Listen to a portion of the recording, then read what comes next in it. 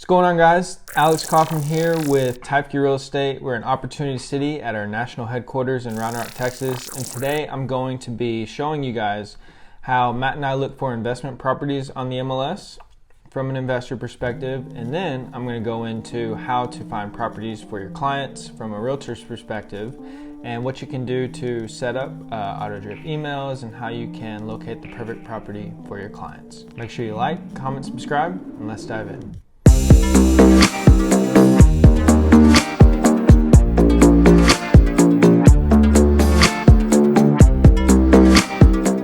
So MLSs are different everywhere, but we're here in Austin, Texas, so we're going to be using the Austin Board of Realtors ATRITS MLS, and this is what I'm looking for when I come in here. So recently I have been, Matt and I have been looking for more commercial property that ranges in variety. Maybe it's storage units, maybe it's mobile home parks, maybe it is commercial multifamily properties, but we're also interested in duplexes and if we can find an under market value single family residence as well. So what I really like to do is I like to do cross property search. What cross property search does is it allows you to see all of those different categories within the MLS all at once, instead of going to residential or residential income or land or farm or commercial sale. We're going to look at all of it within one search. So I go to cross property search, and within here you can specify your different criteria. So I'm not really looking for leases, but I'm going to click residential, I'm going to click residential income, farm, land, and commercial sale. If I was looking for leases, I would obviously click residential lease or commercial lease. Now, here are the sub property types of the different properties within what I just clicked, and we're going to leave it all there because we want to have all of it show up. Next, what I'm looking for is specific locations. So this is just my process. I always go to the map first, and all of this pops up. But let's say I was looking for specifically Round Rock, Texas, and I wanted to specifically focus in on downtown Round Rock. There's not a lot of listings here, but if I wanted to, I could just draw this boundary line around downtown Round Rock, and that would allow me to see everything within that given location. Another thing that I like to do is I like to go to results, and we have a lot of results here, so I'm going to click the max for 300 per page. It gives me all this right here. So if I'm looking for something with specific acreage, say I wanted something with about 4 to 5 acres that I could build some commercial warehouses on, which is something that we are interested in looking at. I can click this acres button here, and it will start to organize it top to bottom, the most acreage to the smallest. So we got 17,000 all the way down to hundreds. So you could do the same for price range. You could do the same for price per square foot. You could do the same thing for bed and bath. And this is another way to organize your search and to come in here and find stuff. One thing we're looking for is days on market, cumulative days on market. So how long has this property been on the market for? If it's been on there for a long time, maybe it's an undesirable property, maybe it's listed too high. This one is listed for 13 million. So that's obviously going to take a specific type of buyer, and it's been listed for 320 days. This one down here has only been on the market for 2 days, and it's listed for 19.9 million. Looks like it's farm and ranch. It's got 1,200 acres. So it's going to take a special type of buyer to be able to find this one, and it may be on the market for a little while. If I wanted to look for specifically, say, industrial for warehouses or mobile home parks, let's do mobile home park. So I click mobile home park down here. It refines my search all the way down to 3 listings. I'm going to go to the map and let's see what comes up. All right, so we've got one in Killeen. We've got one over here near Horseshoe Bay. And then we've got one all the way down here in Big Wells. I've looked at this one before. This is near some oil and gas industry, and it's been listed for a while now. And I didn't like this one when we looked at it previously. But next thing that I'm looking for is I'm going to start going into, is it in the right location? How many units is on the property? I think this one's fairly new. Let's look at this one. Listed for $349. Just had price reduced from $355 to $349. It has been on the market since November 23rd. So I actually probably have looked at this one. And I'm just kind of scouring through, just kind of window shopping, I guess you could say. Just looking at what we got here, what the potential is. Doesn't look like there's a lot of units on this one. Let's look at that survey. So it's a triangular piece of land. So it's not gonna give you a ton of room to put a lot on there, but it looks like it's got a lot of road frontage, which is good. I think it's only building area. It's only 2,000 square feet, so it looks like it's on 1.23 acres and probably has one unit on there. Not what I'm looking for in a mobile home park, and it doesn't look like there's the ability to put that much more on the 1.23 acres. There's one out here in Killeen that's interesting. Looked at this one. I think it's priced pretty high. It's off of Bunny Trail. It's called the Southwest Mobile Home Park, and this one is on 6 acres. And how many units are here? Let's see.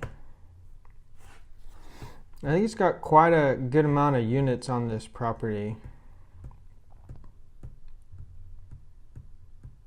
I reached out to the listing agent previously to get more information on it, to get the rent roll, to get the T12. And the background on this owner is I believe he was supposed to move here to Texas, and he was going to oversee this property.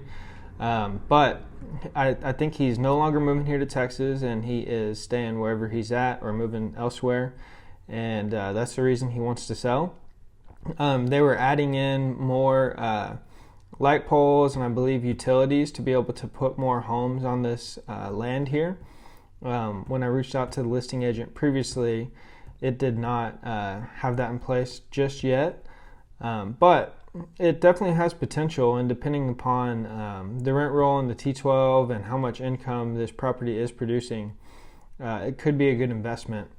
I believe I liked it closer to about $350, $400 last time I looked at it, and therefore didn't make a offer at $650 at the listing price. And it's been listed since January 7th of this year, so about 3 months so far, and it looks like nobody else is interested in it at $650 as well.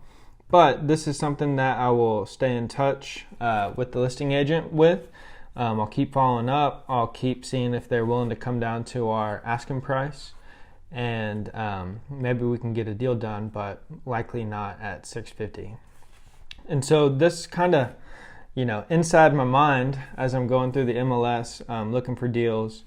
And you can refine your criteria however you'd like to do it. If I wanted to look at duplexes as well, you can click that here. Triplexes, quadplexes. If I wanted to see the warehouses or some industrial and some multifamily, now I've got 110 matches, and I can come in here and go through that same process with any property type that I'm looking for. And there are deals on the MLS. Right now it's crazy hot here in Austin, but Matt and I have found many deals on the MLS, and we've bought many properties that we found on the MLS.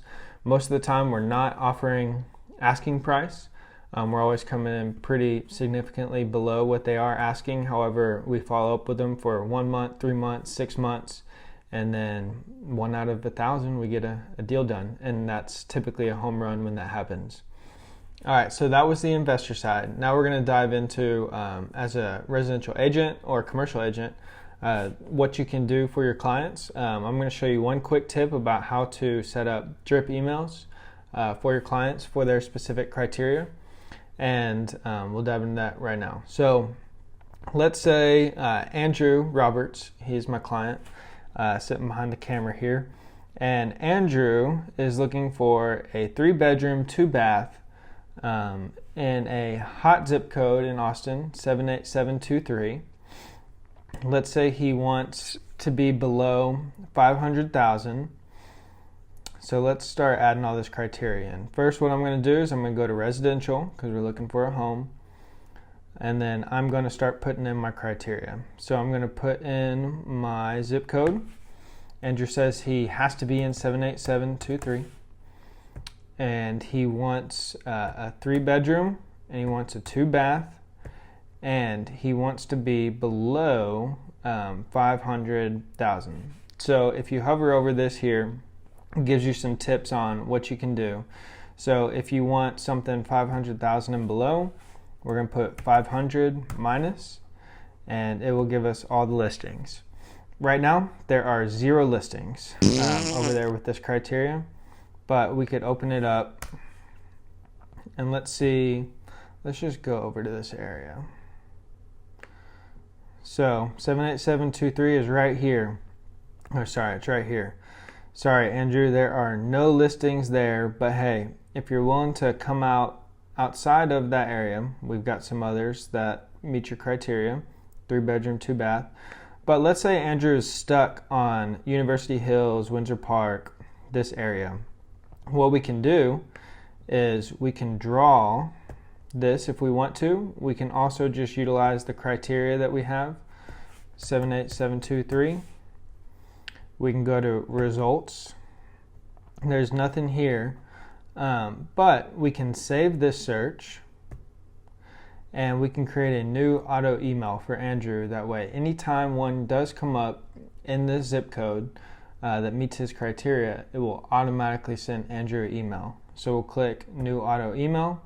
We're going to come in here, we're going to create a new contact. His first name is Andrew. Last name is Roberts. And his email address happens to be marketing@trhomes.com. We're going to save this, his new contact.